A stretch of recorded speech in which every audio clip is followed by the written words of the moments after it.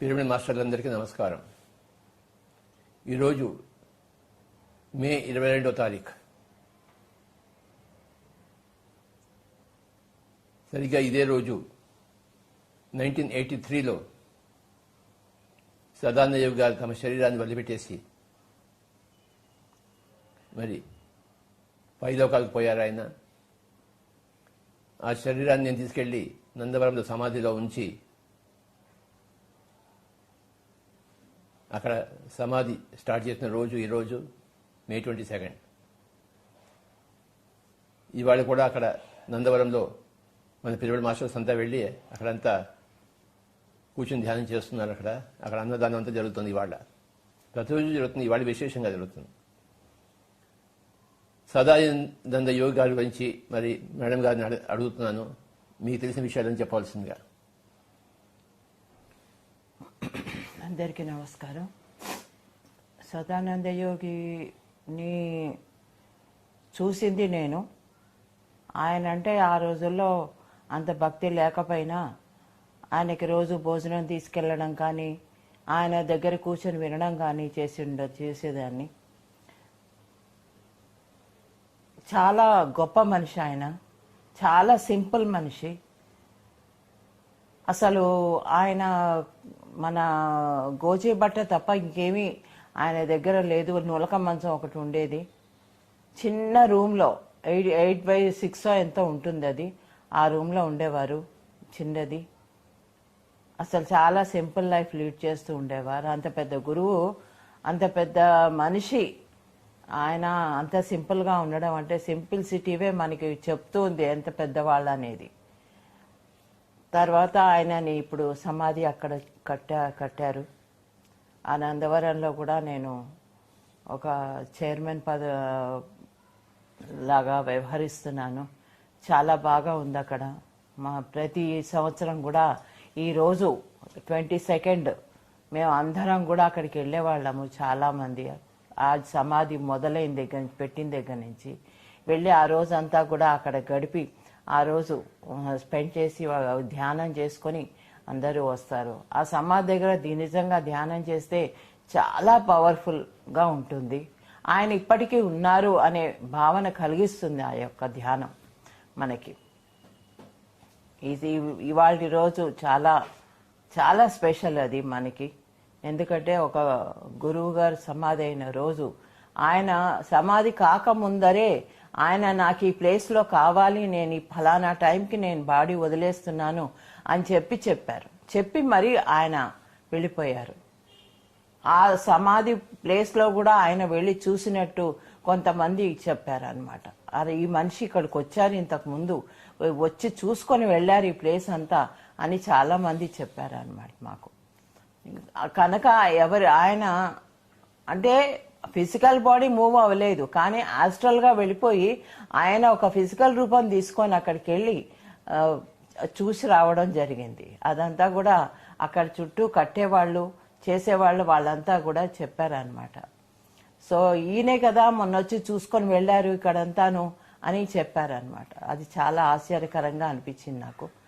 ఆయన చూసుకున్న ప్లేస్లోనే ఆయన సమాధి రావడము, ఆయన సెలెక్ట్ చేసుకున్నారు ఆ ప్లేస్ని. కనుక అది చాలా పవిత్రమైన స్థలం. అది అక్కడ ధ్యానం చేస్తే ఎంతో బాగుంటుంది, ఎంతో ప్రశాంతత లభిస్తుంది, మనకి ఎంతో ఎనర్జెటిక్గా ఫీల్ అవుతాం. ముఖ్యంగాను అక్కడికి వెళ్తేను ఆ యొక్క ప్రదేశమే అలాంటిది. ఇప్పుడు చాలా బాగా కట్టారు అందరూను. ఆశ్రమం అనేది ఇంకా బాగా డెవలప్ చేయాలని చాలా చాలా చాలా కోరికలు ఉండేవి. నాకు 30 ఏళ్ల క్రితమే అనిపించింది ఇదంతా కూడా, ఈ ప్లేస్ అంతా కూడా కొన్ని బాగా చేద్దాము, ఇంకా సమాధి బాగా చేద్దాము అని అప్పటి నుంచి కూడా నేను అనిపించేది. కానీ ఆ రోజుల్లో నా దగ్గర అంత డబ్బులు లేవు. కానీ ఇప్పుడు చాలా ఇప్పుడు కూడా చెయ్యాలి, చేస్తాము కూడాను. ఆ సమాధి బాగు చేయడమే, ఇంకా కూడా అందంగా తీర్చిదిద్దడం బాగుంటుంది, కానీ అందంగా తీర్చిదిద్దడం మనం చేయాల్సిన పని. ఇంకా వెనకాలంతా కూడా ఆశ్రమం బాగా కట్టారు, రూమ్స్ అవి కూడాను. తర్వాత నిత్య అన్నదానం జరుగుతూ ఉంటుంది. ఇవాళ రోజు ప్రత్యేకంగా పత్రిజీ గారు చెప్పినట్టు ప్రత్యేకంగా ఇవాళ అన్నదానం జరుగుతుంది. ఈ రోజు ఒకటి, శివరాత్రి ఒకటి అక్కడ ఎక్కువగా చేస్తూ ఉంటారు అందరూను. మీరు చూసే ఉంటారు శివరాత్రి నాడు ఎన్ని వేల మంది వచ్చారు. కేవలం ఏమీ పిలుపు లేకుండానే 12,000 మంది వచ్చారు. అలాగే గురు పౌర్ణమి కూడా జరుగుతూ ఉంటుంది. గురు పౌర్ణమి ఒకటి, ఈ యొక్క మన సమాధి అయిన 21వ తారీఖు ఒకటి చాలా ముఖ్యమైనది మనకి. కనుక అందరూ కూడా ఈ రోజున ప్రత్యేకంగా ధ్యానం చేసి ఆయన ఒక్కసారి తలుచుకుంటే బాగుంటుందని నా ఉద్దేశం. ఎందుకంటే ఎక్కడున్నా కూడా పలుకుతారు ఈ రోజున. నమస్కారం. ఇంకా నాకు వచ్చే నేనే చెప్తా.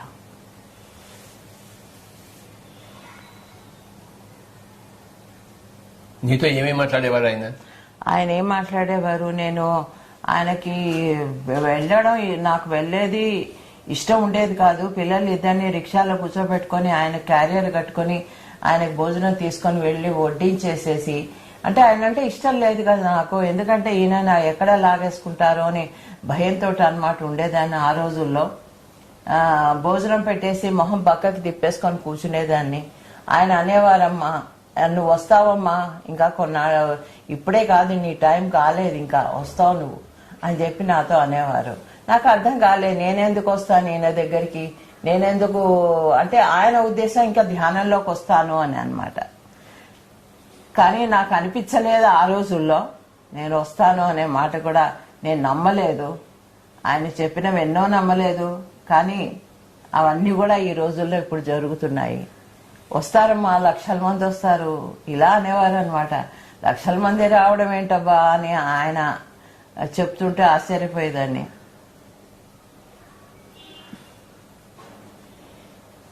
మీ తమ్ముడు ద్వారకానాథ్కి ఆయన స్పెషల్ గురువు కదా? ఆయన స్పెషల్ గురువు అంటే అది కాదు, మా తమ్ముడు కి ఇది నెక్స్ట్ జన్మ, కానీ ఆయనకు అదే జన్మ. పూర్వజన్మలో మా తమ్ముడి పూర్వజన్మలో ఈ రోజు ఆ గురువు గారు ఆయన గురువు గారు అనమాట. అంటే పూర్వజన్మలో మా తమ్ముడి పూర్వజన్మలో సదానంద యోగి గారు ఆయనకి గురువు. అందుకని వాడు కూడా ద్వారకానాథ్ కూడా వెళ్ళి ప్రతి సమాధి అయిన రోజు కానీ గురు పౌర్ణమి అయిన రోజు కానీ వెళ్ళి అక్కడికి వెళ్ళి గంధమంతా రాసే సమాధికి చేస్తూ ఉంటాడు అనమాట. చాలా మంది మన మాస్టర్స్ కూడా, పరమేశ్వర రెడ్డి కానీ హరి కానీ చాలా మంది అక్కడికి వెళ్ళి నిజంగానే వారం 10 రోజులు అక్కడే ఉండి ధ్యానం చేస్తూ, కేవలం ఏమి తినకుండా కూడా, ఆ రోజుల్లో ఏమీ లేదు, ఇప్పుడు అంటే అంతా భోజనాలు అవన్నీ జరుగుతున్నాయి, కానీ ఏమీ పెట్టని రోజుల్లో కూడా వెళ్ళి వాళ్ళంతా కూడా ధ్యానం చేసి వస్తుండేవారు. ముఖ్యంగా చంద్రశేఖర్ శర్మ. ముఖ్యంగా చంద్రశేఖర్ శర్మ గారు, ఆయన చాలా నెలలు ఉన్నారు అక్కడ, చాలా నెలలు అక్కడ ధ్యానం చేసుకుంటూ వచ్చిన వాళ్ళని చూసుకుంటూ ఉండేవారు అనమాట. ఆయన వంట ఏదో ఆయనకి ఏం కావాలో ఆయన పక్కన వండుకుంటూ ఉండేవారు. చాలా గొప్ప మనిషి చంద్రశేఖర్ శర్మ కూడా. చాలా ఉన్నత స్థితికి లో ఉన్నారు ఆయన. చాలా సింపుల్గా ఉండేవాళ్లే గొప్పవాళ్ళు. అన్నీ ధరించేవాళ్ళు, వేషధారణ మార్చుకునేవాళ్ళు. వాళ్ళు గురువులుగా నాకెందుకో అనిపించరు. ఉండొచ్చు ఏదన్నా గొప్పతనం ఏమో, కానీ ఎంత సింపుల్గా ఉంటే అంత పెద్ద గురువు అని నా ఉద్దేశంలో.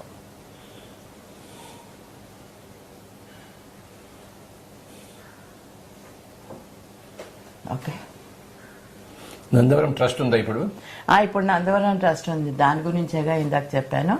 అందరూ మన మాధవ్ శివప్రసాద్ గారు వైస్ చైర్మన్, నేను రఘునాథ్ రెడ్డి గారు, తర్వాత నంద్యాల సత్యనారాయణ, వెంకటేశ్వర రెడ్డి, వీళ్ళందరూ, మన నందవరం ప్రసాద్, అందరూ కూడా, బేతచల్ల రాజు గారు, వీళ్ళందరూ కూడా ట్రస్ట్ మెంబర్స్. బైజు యా. ఆ రోజు నిజంగానే మేము రిజిస్ట్రేషన్ ఆఫీస్కి వెళ్తే ఎవరిది ఓకే చేయలేదు, అంటే రిజిస్ట్రేషన్ కాలేదు, అందరూ కూడా మొహం వేలాడేసుకొని బయటకు వెళ్ళిపోతున్నారు. కానీ మేము అంత 15 మంది వెళ్ళాము, 15 మందివి కూడా ఆ రోజు రిజిస్ట్రేషన్ జరిగింది. ఏది ట్రస్ట్ది. ఆశ్చర్యంగా జరిగింది అది. అందరూ ఆశ్చర్యపడ్డారు, ఏంటి మీది ఒక్కదాంది ఎలా అయింది, మీది ఒక్కటే ఎలా అయింది అని. రిజిస్ట్రేషన్స్ ఎవరివి తీసుకోలేదన్నమాట ఆ రోజు, ఎందుకో మరి. మేమంతా వెళ్ళి కర్నూలులో రిజిస్ట్రేషన్ చేసుకొని ట్రస్ట్ది ఆ రోజు ఫామ్ అయ్యాము. చాలా బాగుంది. అందరు ట్రస్టీస్ కూడా చాలా భక్తిగా చేస్తారు అక్కడ సేవ. ఏదో చెయ్యాలి కదా అని చెయ్యరు. మేము ట్రస్టీస్ కదా అని చాలా గొప్పగా ఫీల్ అయిపోరు. ట్రస్టీస్ అంటే సేవలు చేయడానికే ఉంటారు వాళ్ళు. సేవ చేసేవాళ్ళే ట్రస్టీస్ నా ఉద్దేశంలో. అంకిత భావం ఉండాలి. ఆ యొక్క చేసిన ఆ ట్రస్ట్ విషయాల్లో అంకిత భావం ఉండాలి. కనుక మన ట్రస్టీస్ అందరూ కూడా, ఏ ట్రస్ట్ అయినా కానీ అందరూ కూడా చాలా భక్తిగా చేస్తూ ఉంటారు. కనుకే ఈ సంస్థ ఇంత బాగా ఎదిగింది. పెద్ద పెద్ద పిరమిడ్లు వచ్చాయి మనకిప్పుడు. నాకు కూడా అక్కడ ఒక పిరమిడ్ కట్టాలని కోరికగా ఉంది. అది ఎప్పటికీ నెరవేరుతుందో నాకు తెలియదు.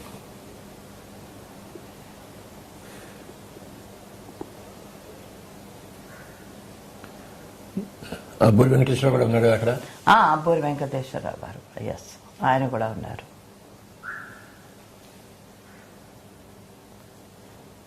తాడిపత్రి కృష్ణ. తాడిపత్రి కృష్ణ లేడు. అంటే బిహైండ్ ద స్క్రీన్ పనిచేస్తుంటాడు ఆయన. రంగనాథ రెడ్డి ఉన్నాడు.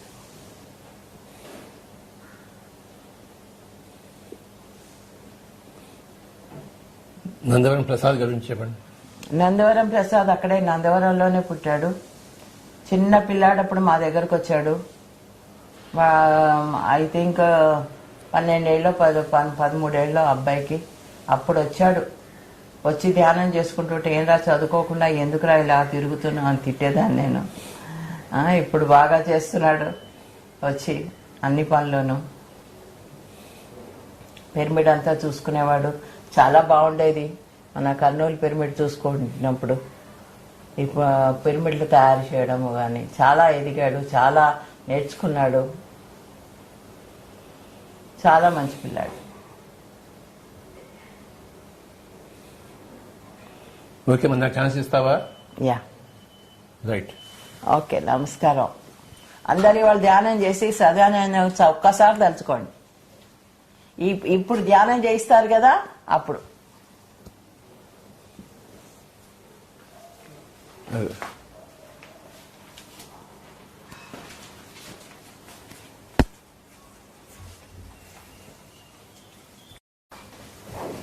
నీళ్ళే.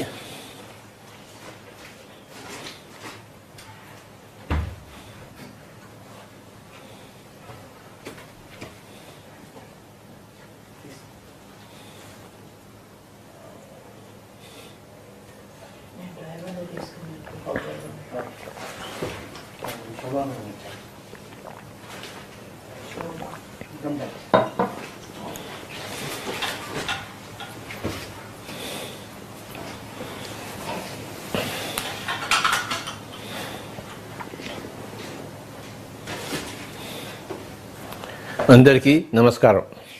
ఇంకొకసారి ఈరోజు సదానంద యోగి గారి గురించి మనం వారిని తలుచుకుంటూ వారి గురించి కాస్త తెలుసుకుందాం. నాకు తెలిసింది నేను చెప్తాను. 1975లో నేను హైదరాబాద్ నుంచి కర్నూలు వెళ్ళడం జరిగింది. కోరమండలి ఫర్టిలైజర్స్ లిమిటెడ్లో నాకు జాబ్ దొరికింది 75లో. ఇక్కడ హెడ్ క్వార్టర్స్లో చేరాను సికింద్రాబాద్లో. చేరిన కొన్ని రోజులకి నువ్వు కర్నూలుకి వెళ్ళాలి అని చెప్పారు. సరే అని చెప్పి కర్నూలుకి వెళ్ళాను. అంతకుముందు ఎప్పుడు నాకు కర్నూలు తెలియదు.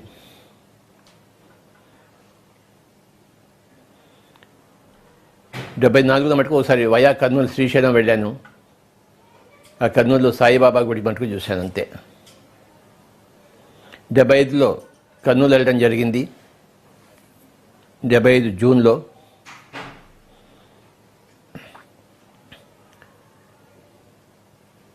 నాకు తెలిసిందల్లా కర్నూలులో ఒక గొప్ప సంగీత యోగి ఉన్నారు, డాక్టర్ శ్రీపాద పినాకపాణి గారు అని చెప్పేసి. అంతమంది నాకు తెలుసు. కనుక కర్నూలు వెళ్ళంగానే నేను సంగీతంలో ఉన్నాను కనుక ఆయన వెళ్ళి కలుసుకోవడం జరిగింది.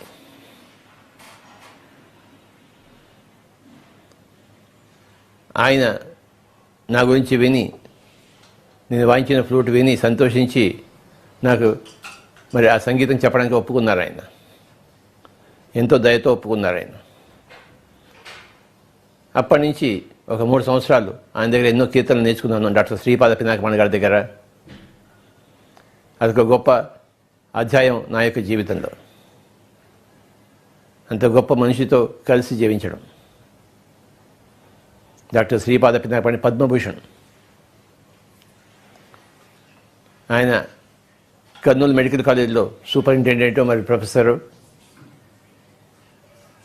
అంతేకాదు Andhra Pradesh gymnastics association vice president, Chinmaya మిషన్కి ప్రెసిడెంట్, కర్నూలు చిన్మయ మిషన్కి. ఇలాగ ఆయన దగ్గర ఎన్నో క్వాలిఫికేషన్స్ ఉన్నాయి. ఆయన గురించి చెప్పాలంటే ఒక పెద్ద కథే ఉంది నా దగ్గర.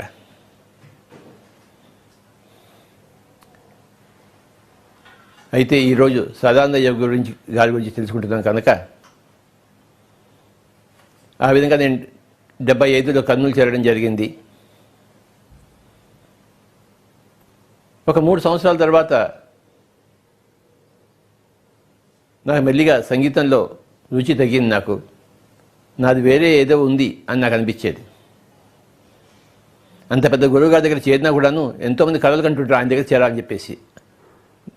నేను చేరినా కూడాను ఆయన అభిమానాన్ని చూడకున్నా కూడాను నాకెందుకో సంగీతం వైపు నా దృష్టి మరలేదు. నా జీవితం ఇంకో వైపు ఎక్కడో తిరగనుంది. మా కంపెనీలో ఈఏడి పరిధిలో కొలీగ్ శ్రీ రామచంద్రారెడ్డి గారు ఉండేవారు. ఆదోన్లో ఉండేవారు. ఆ రోజుల్లో నేను ఎంత తిరుగుతుండేవాడిని. నాకు 6 జిల్లాలు నా యొక్క పరిధి. రాయలసీమ 4 జిల్లాలు, మహబూబ్నగర్ జిల్లా, మరి నెల్లూరు జిల్లా. ఈ 6 జిల్లాలను తిరుగుతూ ఉండేవాడిని. నెలకి 20-25 రోజులు తిరుగుతూ ఉండేవాడిని. నా దగ్గర ఒక వెహికల్ ఉండేది, ఆడియో విజువల్ వ్యాను. ఊళ్ళలోకి వెళ్ళి ఆ గ్రోమోరి ఎరువుల సినిమాలు చూపించాలి నేను. ఆ ఎరువులు రైతులందరితో మాట్లాడాలి. అది నా యొక్క జాబ్. వాళ్ళకంతా కాగితాలంతా పంచిపెట్టి ఉండాలి, గ్రోమోరి ఎరువుల కాగితాలు. నాకు తెలిసినదే వాడికి చెప్పాలి. నేను ఎంఎస్సీ అగ్రికల్చర్ చేశాను కనుక ఏదో కొత్తగా తెలిసిన అనుకున్నాను. ఆ విధంగా నాకు ఆ జాబ్ వచ్చింది. ఆ జాబ్లో నేను పనిచేస్తూ ఉన్నాను. టూరింగ్ జాబ్ అది. మొత్తం 6 జిల్లాలు తిరగాలి. అది నా పరిధి. రాయలసీమ 4 జిల్లాలు, నెల్లూరు జిల్లా, మరి మహబూబ్నగర్ జిల్లా. నెలకి 20-25 రోజులు నేను రోడ్డు మీదే ఉండేవాడిని. ఇలా గడుస్తూ ఉండగా ఆ రామచంద్రారెడ్డి గారు ఏడి ప్యారీ కంపెనీ సేల్స్ రిప్రజెంటేటివ్, వారు ధ్యానంలో రావడం జరిగింది 1976లో. మెల్లిగా ఆయనతో నాకు పరిచయం బాగా జరిగింది, ఫ్రెండ్షిప్ బాగా జరిగింది. అందరూ నాకు ఫ్రెండ్సే, కానీ ఈయనతో స్పెషల్ ఫ్రెండ్షిప్ ఉండేది. మిగతా వాళ్ళైతే పేకాట ఫ్రెండ్స్ అయితే అక్కడ ఉండేవాళ్ళు. ఈయనతో నాకు స్పిరిచువల్ ఫ్రెండ్షిప్ చేస్తుంది.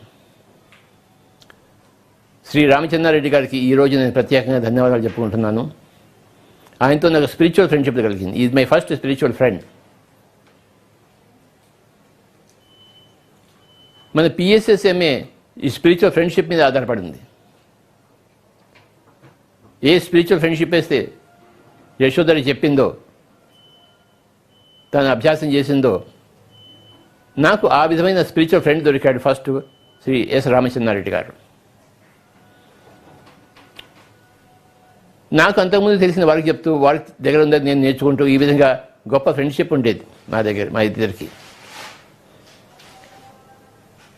శ్రీ రామచంద్రారెడ్డి గారు ఆయన అనుభవాలను నాకు చెప్తుండేవారు. ఆయన ఆదూరు నుంచి అనంతపురికి వెళ్ళడం జరిగింది. అక్కడ ఉన్నప్పుడు అక్కడ ఆయనతో గాఢంగా నాకు పరిచయము. తర్వాత ఆయన నంద్యాలకు వచ్చారు. ఈ విధంగా నాకు డీప్ స్పిరిచువల్ ఫ్రెండ్షిప్ దొరికింది శ్రీ రామచంద్రారెడ్డి గారితో. వారు రాయచోటి వాస్తవ్యులు, కడప జిల్లా రాయచోటి. రామచంద్రారెడ్డి గారి దగ్గర వారి అనుభవాలు అంటూ నేను వింటూ ఉండేవాడిని. ఆయన థర్డ్ డే అనుభవాలు ధ్యానం ద్వారా నాకు చాలా ఇంట్రెస్టింగ్గా అనిపించేవి. ఎందుకు మొట్టమొదటిసారి నేను ఒక ధ్యాన అనుభవాలు వింటున్నాను పర్సనల్గా.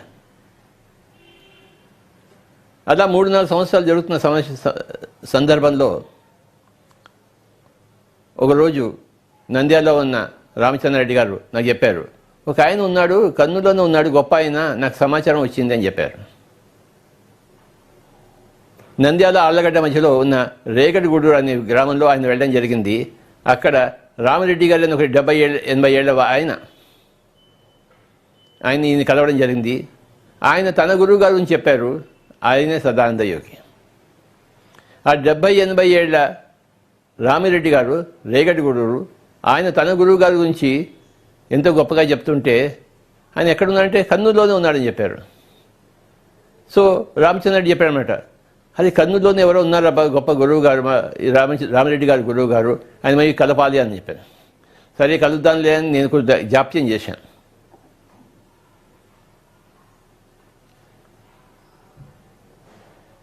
ఆ విధంగా మొట్టమొదటి నాకు సమాచారం కర్నూలు స్వామీజీ గారి గురించి, సదానంద యోగి గారి గురించి ఆ రేగడిగూడు రామిరెడ్డి గారి ద్వారా, రామచంద్రరెడ్డి గారి దొరికితే ఆయన ద్వారా నాకు వచ్చింది సమాచారం. ఈ విధంగా జరుగుతుంటే చివరికి ఒకరోజు మేము డిసైడ్ చేసాం, ఇవాళ వెళ్ళి ఆయన కలుద్దామని చెప్పేసి. ఆ రోజు 1981 జనవరి 1 నాకు గుర్తుంది. నేను, శ్రీ రామచంద్రారెడ్డి గారు, మరి ఇంకొక మాస్టర్, ముగ్గురం కలిసి పొద్దున్నే బయలుదేరి వెతుక్కుంటూ వెళ్ళాం.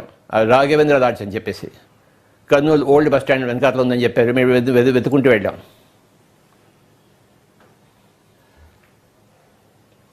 ముగ్గురం కలిసి వెళ్ళాం.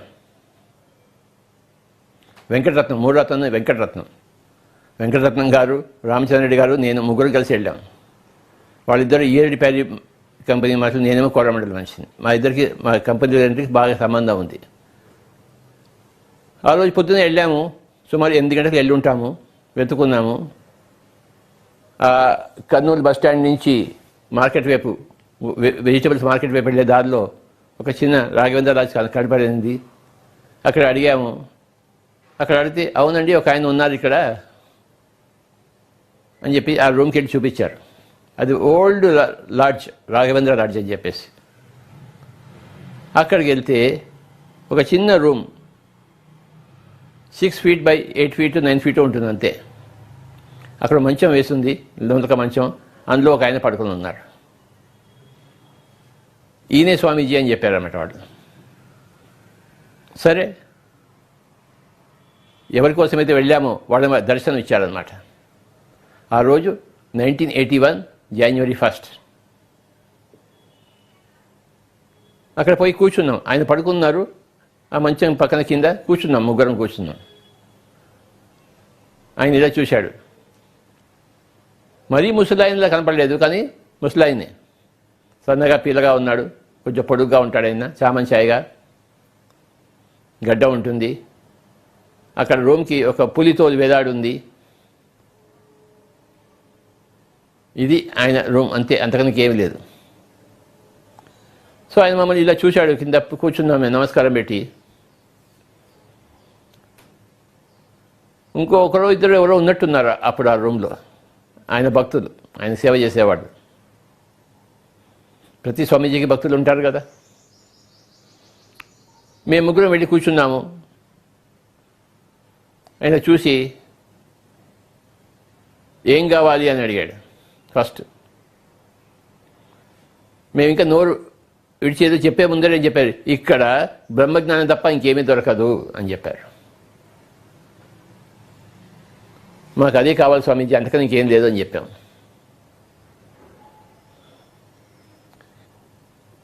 నైన్టీన్ 1979లోనే మరి నాకు జ్ఞానోదయం జరిగి 1980 అంతా ఎన్నో పుస్తకాలు చదివి ఉన్నాను, రకరకాల పుస్తకాలు. నాకు మొత్తం అంతా తెలిసిపోయింది అప్పటికే.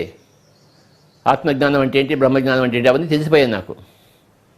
కనుక 1981లో జనవరి 1 స్వామీజీని కలిసినప్పుడు ఆయన ఇక్కడ బ్రహ్మజ్ఞానం ఒకటే దొరుకుతుందని చెప్పాడు. అదే కావాలి స్వామీజీ అని చెప్పాము. అంతకనికి ఏం కావాలి మనకి?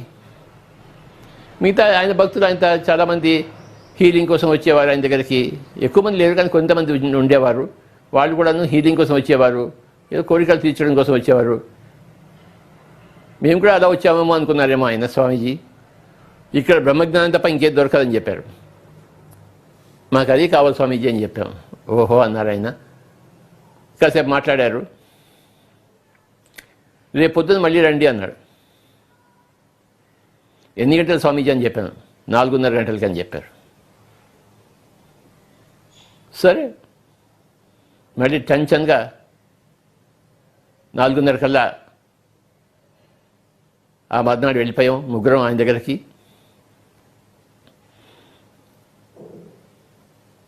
ముగ్గురం ఫ్రెండ్స్ అన్నమాట. రామచంద్రారెడ్డి గారు, నేను, వెంకటరత్నం గారు ముగ్గురం స్పిరిచువల్ ఫ్రెండ్స్, గొప్ప స్పిరిచువల్ ఫ్రెండ్స్. మాలో మేము డిస్కస్ చేసుకుంటూ ఉండేవాళ్ళం. మాలో ఒకరి దగ్గర నుంచి ఒకరు నేర్చుకుంటూ ఉండేవాళ్ళం. మా ముగ్గురిది ఒక చిన్న సంఘం. అది ఫస్ట్ సంఘం, ఫస్ట్ స్పిరిచువల్ ఫ్రెండ్షిప్ సంఘం. అంటే ఒకరి అనుభవాలు వాళ్ళు వినడం, డీప్గా వినడము, అర్థం చేసుకోవడానికి ప్రయత్నించడం, కలిసి ఉండడం అన్నమాట. ఆ ముగ్గురం వెళ్ళి ఆయనతో కలిసినప్పుడు ఆయన ఆ రోజు ధ్యానం గురించి చెప్పడం జరిగింది. ధ్యానం చేయించారు ఆయన. మనం చేస్తున్న ఆనాపానసతే ఆయన చెప్పారు. కానీ ఆయన నోట్లో రావడం చాలా గొప్ప విషయం కదా మరి. అప్పటి నుంచి నేను ఊళ్ళో ఉన్నప్పుడల్లా కూడాను, అంటే నెలకి 25 రోజులు టూర్ చేస్తుంటాను కదా, ఇంకొక వారం రోజులు ఊళ్ళో ఉంటాను కదా కర్నూలులో. ఊళ్ళో ఉన్నప్పుడల్లా ఆయన దగ్గర వెళ్ళి కూర్చోవడం నాకు అలవాటైపోయింది. ఇంకేది రుచించదన్నమాట ఒకసారి ఆయన కలుసుకున్న తర్వాత. అంతకుముందు వరకు నేను ఒక క్లబ్ రన్ చేసేవాడిని, అగ్రి ఫ్రెండ్స్ క్లబ్ అని చెప్పేసి. Pesticide representatives, fertilizer company representatives మేము అందరం కలిసి ఒక క్లబ్ పెట్టుకున్నాం అక్కడ. ఆ క్లబ్లో బాగా ప్యాక్ ఆడడం ఇవన్నీ అలవాటు మనకి. అంటే క్లబ్కి వెళ్తూ వస్తుండేవాడిని. ఎప్పుడైతే స్వామీజీ దొరికారో క్లబ్ వెళ్ళడం మానుకున్నాను, స్వామీజీ దగ్గర రావడం మొదలెట్టాను. ఆయన దగ్గర వెళ్ళి కూర్చోవడం, ఆయన ఏం చెప్తే అది వింటూ ఉండడం, ఇది మన పని. 1981 జనవరి 1 ఆయన కలుసుకోవడం జరిగింది. అలా 91 అంతా జరిగిపోయింది, 92 అంతా జరిగిపోయింది. 1983 ఏప్రిల్ 16 నేను ఆ రోజు ఆయన దగ్గరికి వెళ్ళినప్పుడు 1983 ఏప్రిల్ 16 నేను ఒక్కడిని వెళ్ళడం జరిగింది. నేను ఎప్పుడు కర్నూలులో ఉంటాను కనుక ఈ వెంకటరత్నం రామచంద్రరెడ్డి వాడు వేరే ఊళ్ళో ఉన్నారు కనుక వాళ్ళకి ఎప్పుడు వెళ్ళేవాడు కాదు. నేను మటుకు ఎప్పుడు రోజు వెళ్తుండేవాడిని ఆయన దగ్గరికి. నాకు స్వామీజీకి ఎంతో సంబంధం ఏర్పడిపోయింది. ఆయనకి నేనంటే ఇష్టం, నాకు ఆయనంటే పరమ. సో ఏప్రిల్ 16 నేను ఆయన దగ్గరికి వెళ్ళినప్పుడు ఆయన చెప్పాడు, సుభాష్ అని పిలిచేవాడు ఆయన. సుభాష్, నేను శరీరం వదిలిపెట్టడానికి నిశ్చయించుకున్నాను, నా సమాధి ఏర్పాటు చేయాలి అన్నారు ఆయన. తప్పకుండా స్వామీజీ అన్నాను. ఆయన అడిగింది అదొకటే, అంతకని ఏం అడగలేదు. ఎప్పుడు ఏమీ అడగలేదు. ఆయన దగ్గరికి వెళ్ళినప్పుడల్లా నేను 2 చార్మినార్ సిగరెట్ ప్యాకెట్లు తీసుకెళ్ళేవాడిని, బిస్కెట్ తీసుకెళ్ళేవాడిని, ఆయనకి టీ కాఫీ తీసుకొచ్చేవాడిని. ఆ రోజులో నేను కూడా సిగరెట్ తాగేవాడిని, ఆయన కూడా సిగరెట్ తాగడం, నాకు మా ఇద్దరికి ఎంతో గొప్ప సంబంధం అది. సో ఆయన ఎప్పుడు ఏది అడగలేదు, మేమే తీసుకెళ్ళి. ఆయన ఒకటే అడిగాడు, నేను శరీరం వదిలిపెట్టేస్తున్నాను, నాకు సమాధి ఏర్పాటు చేయాలని కోరిక అడిగాడు. ఇక అంతకన్నా ఏం కావాలి మనకి, ఆయన కోరిక తీర్చడమే మన కోరిక. సో చుట్టుపక్కల, కర్నూలు చుట్టుపక్కల కాస్త ఎక్కడ ప్లేసెస్ ఉన్నాయని వెతకడం మొదలుపెట్టాను. చివరికి ఎక్కడ దొరకలేదు. అక్కడే స్వామి గారి దగ్గర ఇంకో రామచంద్రారెడ్డి అని ఇంకొక ఆయన ఉండేవాడు. వాడి సొంత గ్రామం నందవరం, మనగానపల్లి దగ్గర. ఆయన దగ్గర అక్కడ ల్యాండ్స్ ఉన్నాయి. ఈయన ఏం చేశాడంటే, మా ల్యాండ్స్ చూదురు కానీ అని చెప్పారు, అక్కడ చేస్తుంది. సో వెళ్ళాము, ఆ రామచంద్రారెడ్డి గారిని తీసుకుని, ఇంకో రామచంద్రారెడ్డి అనమాట ఈయన, నందవరం రామచంద్రారెడ్డి. ఆయన ల్యాండ్స్ చూసాం, రోడ్డు పక్కనే ల్యాండ్ ఉంది ఆయనకి. ఈ స్థలం బాగుందని చెప్పి సెలెక్ట్ చేసుకున్నాము. అక్కడ ఒక బాగా గోతి తవ్వి సమాధి అంతా రెడీ చేసాము. రెడీ చేసిన తర్వాత తిరిగి మళ్ళీ స్వామీజీ గారి దగ్గరికి వచ్చి, స్వామీజీ మీ సమాధి రెడీగా ఉంది, అక్కడ రెడీ చేసి వచ్చాం మీరు చెప్పినట్లు అని చెప్పాము. ఓహో అలాగా, వెరీ గుడ్ అన్నాడు ఆయన. మే 22 అంటే ఈ రోజు ఆయన డిసైడ్ చేశాడు. ఏప్రిల్ 16 నాకు చెప్పాడు. మరి మే 20 కదా మేమంతా రెడీ చేసాం సమాధి. మే 22 ఆయన డిసైడ్ చేశాడు. డిసైడ్ చేసి నాకు చెప్పాడు అన్నమాట, చూడు సుభాష్, నేను శరీరం వదిలిపెట్టేసిన నా శరీరం తీసుకెళ్ళాలి అక్కడికి, కానీ నీకేమైనా ప్రాబ్లం రావచ్చు కనుక ఒక డాక్టర్ తీసుకొచ్చి డాక్టర్ సర్టిఫికేట్ తీసుకుంటే బాగుంటుందని చెప్పాడు. ఒక డాక్టర్ని తీసుకురా నేను శరీరం వదిలిపెట్టేసేటప్పుడు అన్నాడు. నాకు మా గురువు గారు ఉన్నారు కదా, డాక్టర్ శ్రీపాద పినాక పండ గారు, వారితో చెప్పాను, స్వామీజీ మా కర్నూలు స్వామీజీ ఆయన శరీరం వదిలిపెట్టదలుచుకున్నాడు. అప్పుడు ఆయన చెప్పాను దాని గురించి, అంత గొప్ప ఆయన ఇక్కడే ఉన్నాడా, కర్నూలులోనే ఉన్నాడా, నేను తప్పకుండా చూడాలి, నేను వస్తానని చెప్పేసి ఆ సర్టిఫికేట్ ఇవ్వడం కోసం ఆయన వచ్చాడు. డాక్టర్ శ్రీపాద పినాకపాణి, పద్మభూషణ్, సంగీత మహాగురువు గారు. ఆ రోజు మే 22 మార్నింగ్ తీసుకెళ్ళాము, ఒక నలుగురం ఉన్నాము మేము. ఆయన స్వామీజీలా చూశారు, అందరిని చూశారు, చూసి అంతే తన శ్వాసను తానే ఆపేశాడు. ఆయన తన శ్వాసను తానే ఆపేశాడు. డాక్టర్ శ్రీపాద ప్రణమ్ గారు చూశారు, పల్స్ చూశారు, లేడబ్బా ఆయన అని చెప్పేశాడు. ఆయన సర్టిఫికేట్ ఇచ్చేశాడు, ఈ మనిషి ఇంకా శరీరంలో లేడని చెప్పేసి. ఆ సర్టిఫికేట్ తీసుకుని నా దగ్గర ఒక ఆడియో విజువల్ వ్యాన్ ఉండేది, మా కంపెనీ ఆడియో విజువల్ వ్యాన్. ఊళ్ళంతా తిరగడానికి ఒక ఆవిడ వ్యాను, ఒక డ్రైవరు, ఒక ఎక్విప్మెంట్ అంతా ఉండేది ఫిలిం ప్రొజెక్టర్ వేయడం కోసం. ఆ వ్యాన్లో ఒక పెద్ద సీట్ ఉంది ఆయనకి, ఆయన పడుకోబెట్టి అక్కడ వ్యాన్ నిండా కొంతమంది చేరి, భక్తులందరం చేరి కర్నూలు నుంచి నందవరం వెళ్ళాం. 75 కిలోమీటర్లు ఉంటుంది. నందవరం అనేది పాణ్యంకిను బంగాళపల్లి మధ్య రోడ్లో ఉంటుంది, నందవరం అనే గ్రామంలో. సో అక్కడ సమాధి దగ్గరికి వెళ్ళాము. మే 22 ఈ రోజు. ఆ శరీరాన్ని ఎత్తి ఆ గొయ్యిలో పెట్టేసి అక్కడ చేయవలసినవన్నీ చేసి, కార్యక్రమాలను చేసి, పైనుంచి రాయి కప్పేసి మొత్తంతో కంప్లీట్ చేశాం. ఉత్తర దాని చుట్టూ ఒక రూమ్ కట్టి ఆ సమాధి చుట్టూ అప్పటి నుంచి ఇప్పటిదాకా అలానే ఉంది. మే 22 ఇది జరిగింది, 1983. సో 1981 జనవరి 1 నేను ఆయన కలుసుకోవడం జరిగింది. 1983 ఏప్రిల్ 16 నా సమాధి ఏర్పాటు చేయవయ్యా అని నాకు ఆజ్ఞ ఇవ్వడం జరిగింది. ఆ విధంగా సమాధి ఏర్పాటు చేయడం జరిగింది. 1983 మే 22 ఆయన శరీరాన్ని వదిలిపెట్టడం, స్వచ్ఛందంగా వదిలిపెట్టడం జరిగింది. ఇది జరిగింది కథ.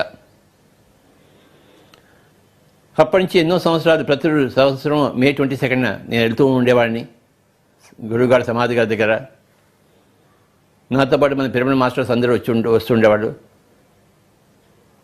కొన్ని సంవత్సరాల కిందట అక్కడ కొంత ల్యాండ్ తీసుకోవడం జరిగింది, ఒక పెద్ద ఆశ్రమం కూడా రావడం జరిగింది. ఇప్పుడంతా చాలా చాలా బాగుంది, కలకలలాడుతూ ఉంది.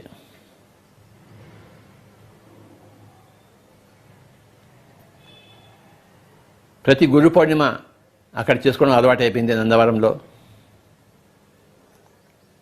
లాస్ట్ టైం 2019లో శివరాత్రి అక్కడే చేసుకున్నాము, మే 22 అక్కడే చేసుకున్నాము, గురు పౌర్ణమి కూడా అక్కడే చేసుకున్నాం నందవరంలో.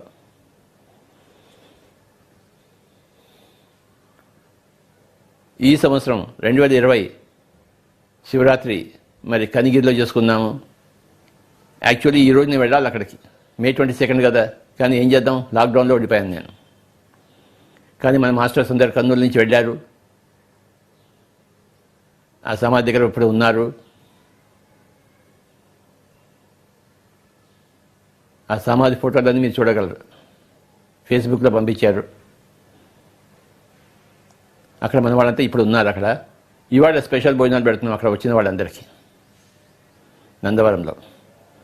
ప్రతిరోజు అక్కడ అన్నదానం జరుగుతోంది. ఈ లాక్డౌన్లో లేదు, అంతకుముందంతా అన్నదానం జరుగుతూనే ఉంది.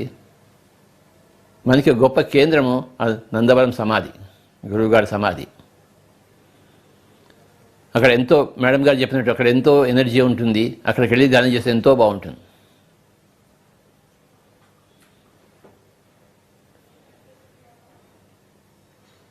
ఇది మరి సదానంద యోగి గారితో నాకున్న సంబంధము. అయితే ఇంకా చాలా చెప్పాల్సి ఉంటుంది. సదానంద యోగి గారు కర్నూలు చేరింది 1975లో, నేను కూడా చేరింది 1975లో. ఇవి రెండు కూడాను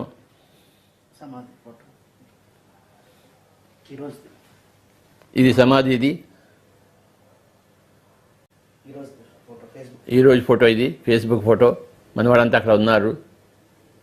నందవరం కనపడుతుందా కెమెరాలో? ఇది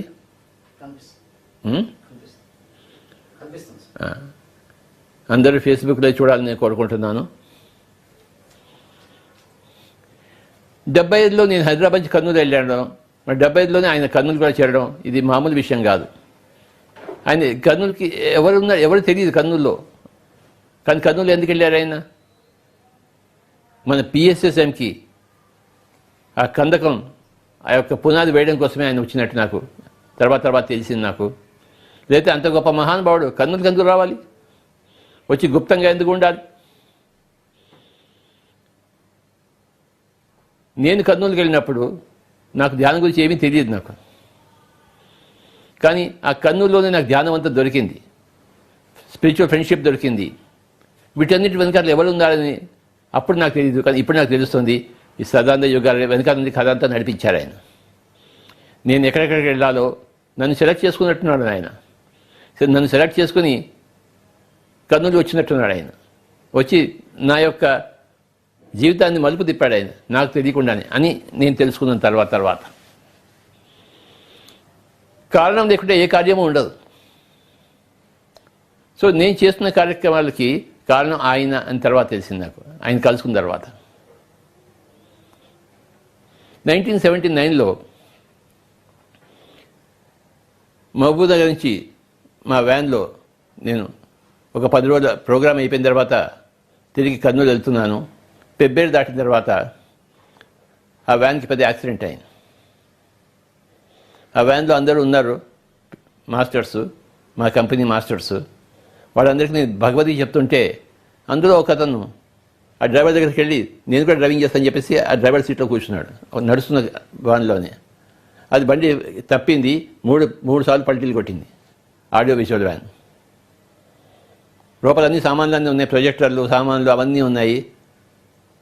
అంతా గందరగోళం అయిపోయింది. ఆ పెద్ద హైవేలో పెబ్బేరు నుంచి కర్నూలు మధ్యలో ఆ పెద్ద వ్యాను 3 సార్లు ఇలా పల్టీ కొట్టి ఆ వీల్స్ పైకి ఉన్నాయి, మిగతా అంతా కిందకు ఉంది. అంత పెద్ద ఘోరం. అందరూ చచ్చిపోయి ఉండేవారే, కానీ ఎవరికి ఏమీ కాలేదు.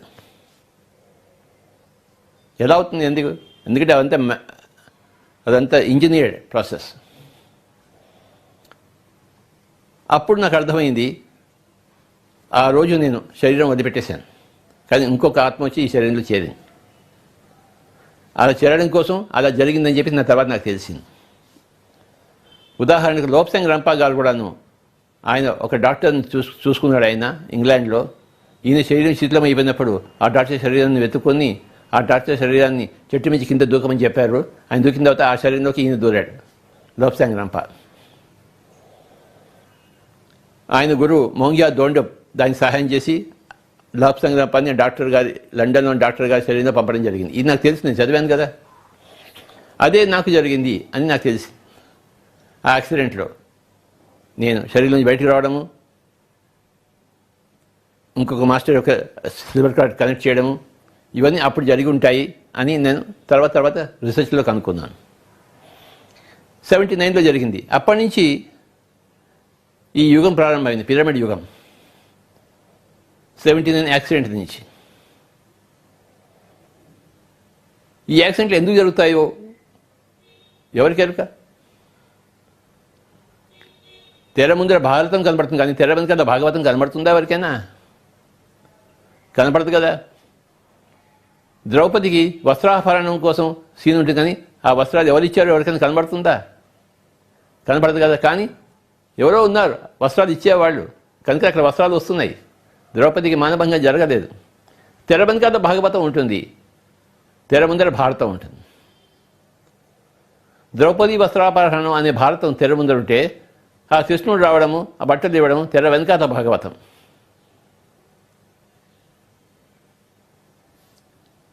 లక్క ఇంట్లో కాలుదాం వెళ్ళినప్పుడు ముందరే ఒక గొయ్యి తవ్వించి బయటికి తీసుకొచ్చారు పాండవులను. అది లక్క ఇల్లు అని చెప్పేసి దాన్ని కాల్చడానికి రెడీగా ఉంచారని చెప్పేసి ముందర తెలుసుకున్న వాళ్ళు ఆ గొయ్యి తవ్వించి గొయ్యి నుంచి ముందరే బయటికి తప్పించారు. భీముడి చేత తవ్వించారు గొయ్యి. సో ఇదంతా తిరబంకా అట్లా భాగవతం ఉంటుంది. నేను చెప్పొచ్చేది కూడాను, నేను కర్నూలు వెళ్ళడము, కానీ ఈ కర్నూలులో నేను చేసినంత భారతం అయితే సదానంద గారు చేసినంత భాగవతము. ఆయన అక్కడ ఉండి ఇవన్నీ నడిపించాడు, మేనేజ్మెంట్ చేశాడు, ఏర్పాటు చేశాడు అని నాకు ఉత్తరోత్తర నాకు తెలిసింది. నాకు ఇది చాలా గొప్ప విషయం. సో నా వ్యాన్కి యాక్సిడెంట్ చేయించడము, మరి ఈ వాకింగ్ ఆపరేషన్కి ఆయన అన్ని ఏర్పాటు చేయడము జరిగిందని అనుకుంటున్నాను. అనుకోవడం ఏంటి, అదే నిజం. 1979లో ఆ తర్వాత నేను ఎన్నో పుస్తకాలు తెలుసుకోవడం జరిగింది. లోప్సాంగ్ రంపా గురించి చదవడం తెలుసుకున్నాను, ఓషో రజనీష్ గురించి తెలుసుకోవడం జరిగాను. ఈ పుస్తకాలన్నీ నాకు రామచంద్ర రెడ్డి గారి దగ్గర దొరికి, తర్వాత కర్నూలులోనే ఇంకొక మాస్టర్ నాకు దొరికారు, ఎన్జి శౌరి అని చెప్పేసి. వాళ్ళ ఇంట్లో ఈ పుస్తకాలన్నీ ఉండేవి. మొట్టమొదటిసారి లోప్సాంగ్ రంపా గారి పెండులంని చూశాను, ఆయన ఫోటో అక్కడ చూశాను. ఆయన స్టోన్ ఉంది, ఆయన చేత్తో ఎనర్గైజ్ చేసి ఇచ్చిన స్టోన్, లోప్సాంగ్ రంపా స్టోన్, అవన్నీ కూడా నేను చూశాను ఎన్జి శౌరి గారి ఇంట్లో.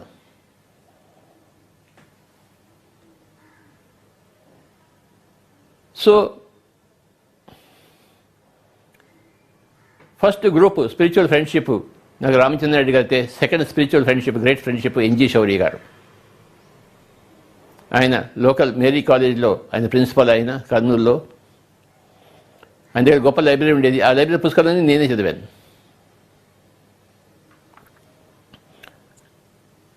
నన్ను ఈ విధంగా రావడానికి మూల కారణం సదానంద యోగి గారని ఈరోజు నేను చెప్తున్నాను. 1979లో నా వాకింగ్ ఆపరేషన్ జరిగినా కూడాను ఇంకా ఒక సంవత్సరం పట్టింది నాకు ఆయన కలుసుకోవడం కోసం. 1981 జనవరి 1 కలుసుకున్నాను. కలుసుకున్నప్పటి నుంచి నేను ఆయనకి అంకితం అయిపోయాను. ఆయన ఎన్నో విషయాలు చెప్తుండేవారు. ఉదాహరణకు కొన్ని చెప్తాను. అన్నము లాలగించినను, అంబరభూషణాది దాల్చినను, కన్యతోడి కూడినను, కన్న తనుజను ముద్దు చేసినను, సకల బంధు నాప్తులను దాపు చేర్చి నటించినను, ఏ న్యూనమూ లేదు బ్రహ్మబెత్తలకిలన్. ఇది ఆయన నోటి నుంచి వచ్చింది, నేను విన్నాను. అన్నము లాలగించినను, అంబరభూషణాది దాల్చినను, కన్యతోడి కూడినను, కన్న తనూజను ముద్దు చేసినను, సకల బంధు నాప్తులను దాపు చేర్చి నటించినను, ఏ న్యూనము లేదు బ్రహ్మబెత్తలకిలన్.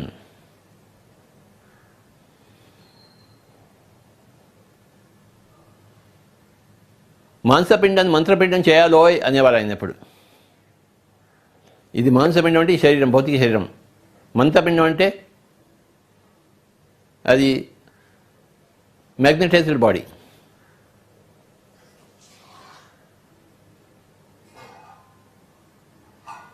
ఒక ఎన్లైటెండ్ బాడీ, కాంతి దేహం. ఈ మాంసపిండాన్ని మంత్రపిండం చేయాలోయ్ అనేవారు ఆయన. ఇంకోటి ఏం చెప్పాడు, సుభాష్ డూ ఆర్ డై అని చెప్పేవాడు ఆయన ఇంగ్లీష్లో. నువ్వు చేయాలి లేకపోతే చావాలి అన్నాడు. ఆయన ఎప్పుడు శివరామ దీక్షితులు అని చెప్పేసి గొప్ప అచల వేదాంతి ఉన్నారు, ఆయన గురించి ఎప్పుడు చెప్తుండేవాడు. అచల వేదాంతం అని చెప్పేసి ఆంధ్ర రాష్ట్రం అంతటా అన్ని చోట్ల ఉంది అచల వేదాంతం అని చెప్పేసి. ఈ అచల వేదాంతం యొక్క సూత్రం ఏంటంటే, మూలము లేని గుర్తెరిగే ఈ శరీరం ఏమీ కాదని తెలుసుకోవడమే జ్ఞానం అని చెప్పేసి. మూలము లేని గుర్తెరిగే ఈ శరీరము ఏమీ కాదు అని తెలుసుకోవడం జ్ఞానం అని చెప్పేసి. ఇది అచల సిద్ధాంతం శివరామ దీక్షితులు గారిది. శివరామ దీక్షితులు అంటే ఆయన ఆంధ్ర రాష్ట్రంలో ఒక 300-400 సంవత్సరాల కింద ఉండేవారు. ఆయన ఈ అచల సిద్ధాంత పీఠాలు స్థాపించాడు. అక్కడ ఈ పర్ఫెక్ట్ జ్ఞానం ఉంది. ధ్యానం లేకపోవచ్చు కానీ, భక్తి లేదు కానీ ఈ జ్ఞానం ఉంది. అంటే ఇదంతా కూడా ఏమీ లేదు, శూన్యము. చీకటి కావాల, మహాచీకటి ఉంది, ఆ మహాచీకటే నువ్వు అని చెప్పే సిద్ధాంతం. మూలము లేని గుర్తెరిగే ఈ శరీరం ఏమీ కాదని తెలుసుకోవడమే జ్ఞానం అని చెప్పేసి. శివరామ దీక్షితులు గారి వాళ్ళ యొక్క అచల సిద్ధాంతాన్ని అందరూ చదవలసిందిగా నేను కోరుకుంటున్నాను. సదానంద యోగి గారు ఎప్పుడు ఆయన గురించి చెప్తుండేవారు, ఆయన సిద్ధాంతాన్ని వల్లిస్తూ ఉండేవారు. My dear friends. ఆయన ఇంకెన్నో కథలు చెప్పేవారు. ఆయన చిన్నప్పుడు అరేబియాలో ఉండేవారట. అరేబియాలో ఉండి ఒకరోజు ఆయన వాళ్ళ గ్రామం బయట ఉంటుంటే ఒక ఆయన వచ్చాడంట. వచ్చేసి ఈ చిన్న పిల్లవాడిని చూసి నాతో పాటు వస్తావా అన్నారట. ఈయన అలా చూశాడు, నువ్వు అంత అలుగుపడాడట. అప్పటికి ఈయన 7 పిల్లాడట. ఆ వచ్చిన ఏం చేశాడంటే ఒక లేహ్యాన్ని వాళ్ళిద్దరి కాళ్ళకి రాసుకున్నారు. వాళ్ళు రాసుకున్న వెంటనే వాళ్ళు అరేబియా నుంచి వెంటనే భూటాన్ అడవుల్లోకి వచ్చారు. ఇది ఆయన స్వయంగా చెప్పిన కథ నాకు. భూటాన్ అడవుల్లోకి వచ్చిన తర్వాత అంటే ఆయన సదానంద గారు గురుగారు అన్నమాట. ఆయన ఎప్పుడు ధ్యానంలో ఉండేవాడు. ఈయన ఈ 7 అబ్బాయి ఆయనకి సేవలు చేస్తుండేవాడు. ఇలా 10 ఏళ్ళు జరిగిపోయాయట. 10 ఏళ్ళు జరిగిపోయిన తర్వాత ఒకరోజు ఆయన ఈ 17 అబ్బాయిని 7 వచ్చాడు. 10 ఏళ్ళు జరిగిపోయి ఈయన 17 అబ్బాయి అయ్యాడు. ఈ 17 అబ్బాయిని తన ఒంట్లో కూర్చోబెట్టుకుని నా టైం అయిపోయింది అయినా నేను పోతున్నాను అంట. అదేంటి అప్పుడే నోరిప్పాడు 10 ఏళ్ళకి, అప్పుడే పోతున్నానని చెప్పాడనమాట. అంటే ఎంత విధంగా ఎలా ఉంటుంది చూడండి వాళ్ళ కమ్యూనికేషన్. అప్పటిదాకా నోరిప్పలేదు,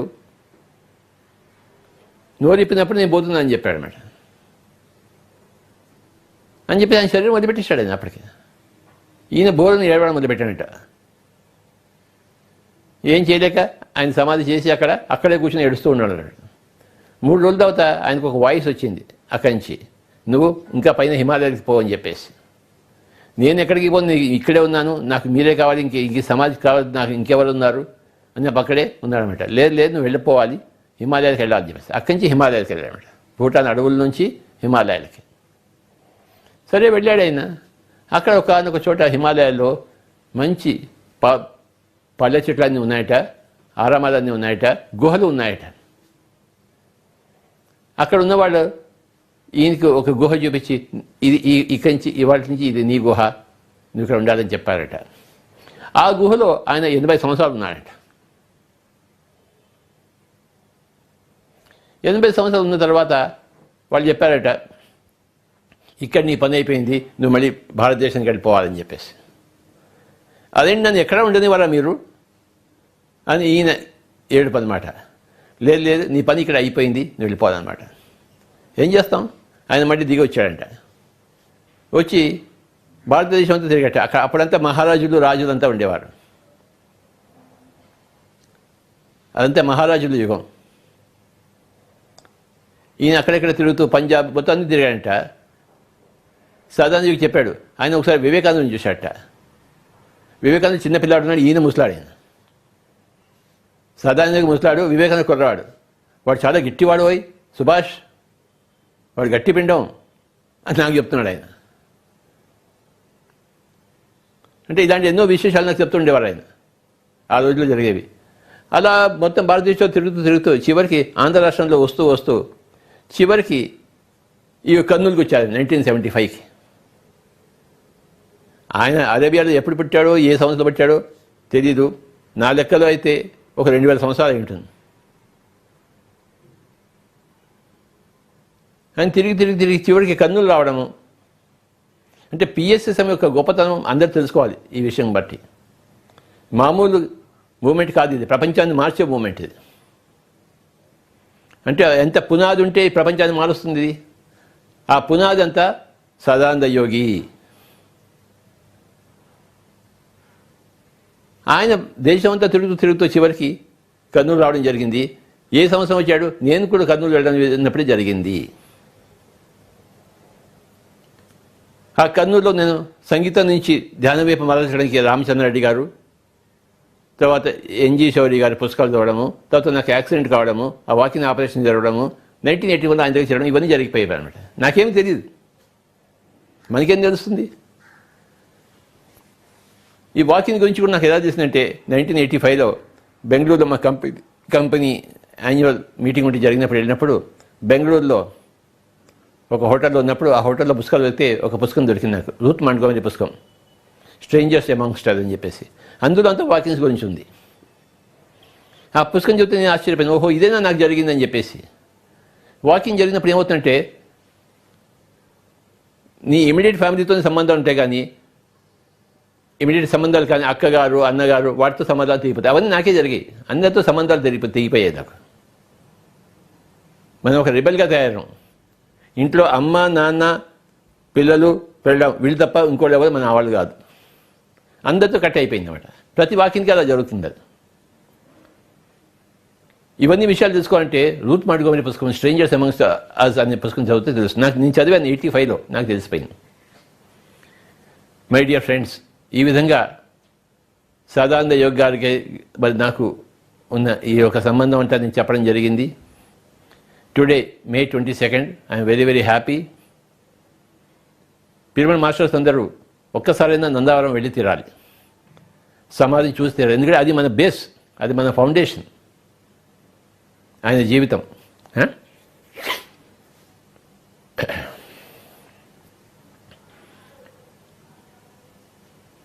ఆయన ప్రవచనాలు తెలుసుకోవాలంటే శివరామ దీక్షితులు గారిని చదవాలి, అచల సిద్ధాంతం గురించి తెలుసుకోవాలి.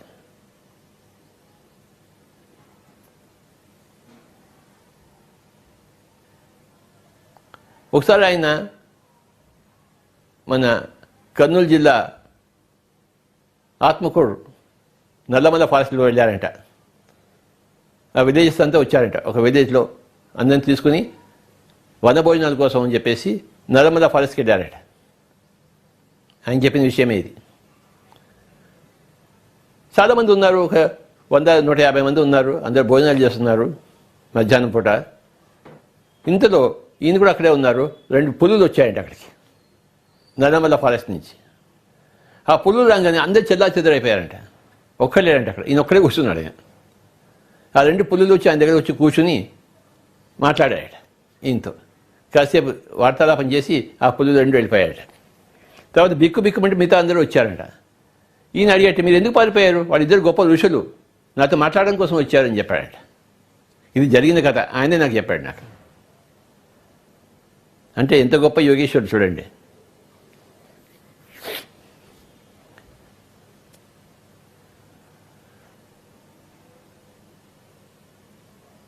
ఆయన చెప్పినట్టు డూ ఆర్ డై సుభాష్ అనేవాడు.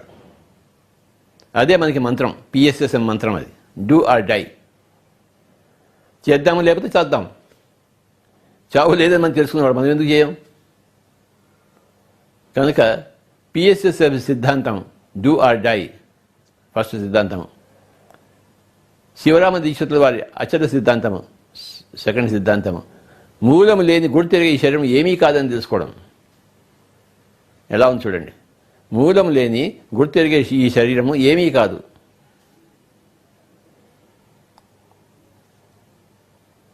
ఇందాక మేడం గారు చెప్పినట్టు ఆయన సింపుల్ లైఫ్. ఏం కావాలి? రాజ్యాలు కావాలా? మెడల్ కావాలా? మిద్దెలు కావాలా? సింపుల్ లైఫ్ కావాలి అండ్ గ్రేట్ థింకింగ్ కావాలి.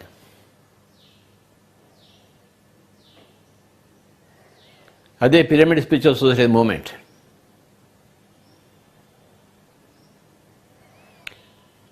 నేను హిమాలయాలకు వెళ్ళలేదు ధ్యానం కోసం. హిమాలయాలు నన్ను వెతుకుంటూ కర్నూలుకి వచ్చాయి నేను ఉన్న చోట. చూసారా? If Mohammed cannot go to mountain, mountain should come to Mohammed. నా కేసులో ఏమైందేంటి?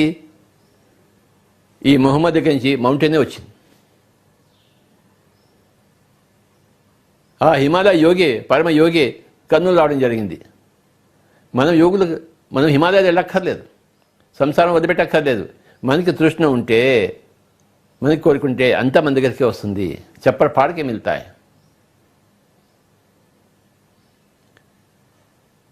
ఇవన్నీ చెప్తూ సదానంద యోగి గారికి నమస్కారాలు చేసుకుంటూ ఈరోజు విశేషంగా ధ్యానం చేద్దాం మై డియర్ ఫ్రెండ్స్. ఎవరూ కళ్ళు తెరవద్దు, శ్వాస మీద ధ్యాస. ఈ విషయాలన్నీ అంతకుముందే అందరికీ నేను చెప్పి ఉన్నాను, కానీ ఈరోజు మళ్ళీ స్పెషల్గా చెప్పుకుంటున్నాను. ఎందుకంటే ఈరోజు ఆయన కోసం కేటాయించిన రోజు. మన పిఎస్ఎస్ మూమెంట్కి ఆద్యుడు ఆయన. తెర ముందు ఉన్న భారతాన్ని నడిపించిన తెర వెనుకల భాగవతోత్తముడు ఆయన.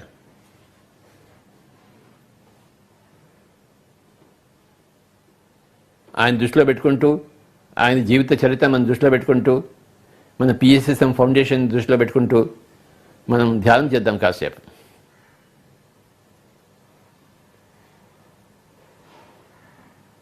ఆ సమాధి దగ్గర మనమంతా ఉన్నట్టు మనం ఊహించుకుంటూ,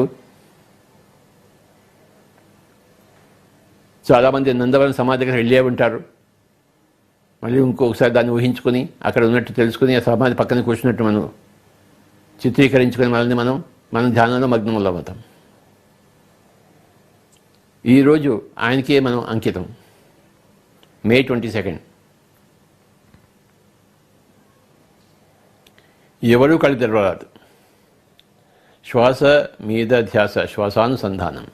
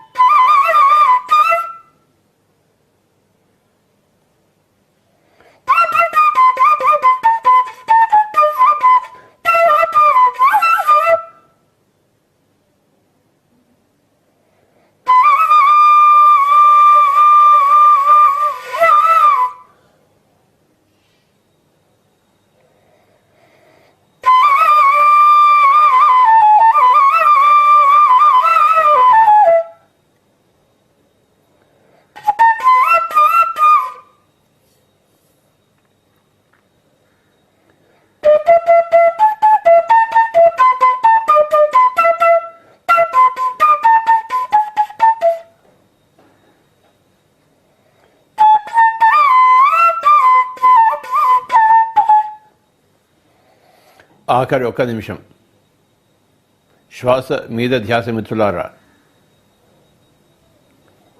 శ్రీ సదానంద యోగుల వారిని తలుచుకుంటూ ఆఖరి ఒక్క నిమిషం శ్వాసానుసంధానం, ఆనాపానసతి,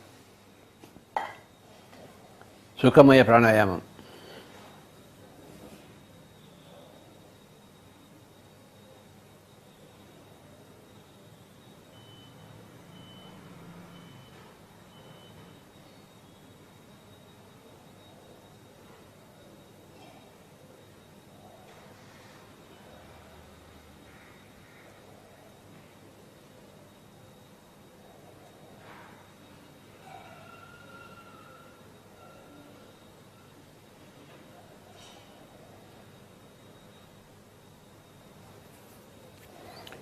మనదంతా యశోధరా మార్గం.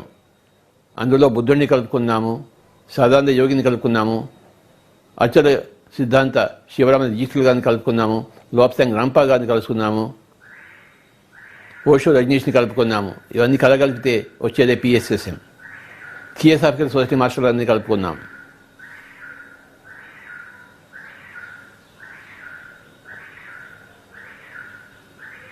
మంది యశోధరా మార్గం, ఇంట్లో కూర్చుని చేసే మార్గం, ఇల్లు వదిలిపెట్టే మార్గం కాదు. ఇంట్లో కూర్చుని అందరి దగ్గర నుంచి అన్నీ నేర్చుకుంటూ అన్నీ సాధిస్తాం, అందరికీ చెప్తాం. ప్రైమరీగా మందంతా యశోధరా మార్గం.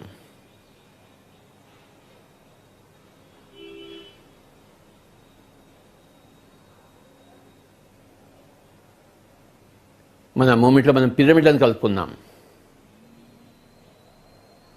సేత్ మాస్టర్ని కలుపుకున్నాం, spiritual science principle, you create your own reality. ఎవరిని వాడే ఉద్ధరించుకోవాలన్న భగవద్గీత సందేశం కలుపుకున్నాం. ఎక్కడెక్కడ గొప్ప గొప్ప విషయాలు ఉన్నాయి అవన్నీ కలుపుకున్నదే పిరమిడ్ స్పిరిచువల్ సొసైటీస్ మూమెంట్. ఆషామాషి వ్యవహారం కాదు PSSM. East or west, pyramid master is the best. East or west, Pyramid Society is the best. East or West, Pyramid Meditation Channel is the best.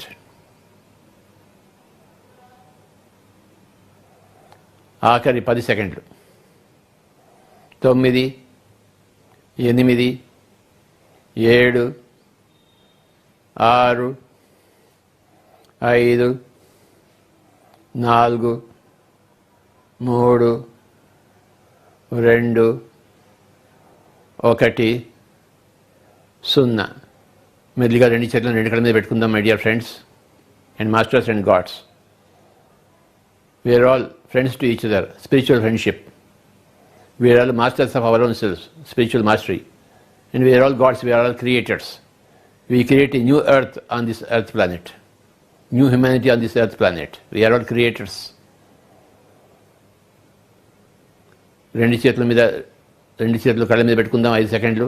5, 4, 3, 2, 1, 0. 2 చేతులు తీసేసి కళ్ళ నుండి తెరుద్దాం. Thank you very much. అందరికీ నమస్కారాలు. సదానంద యోగులుగా వారికి నా యొక్క సాష్టాంగ ప్రణామాలు.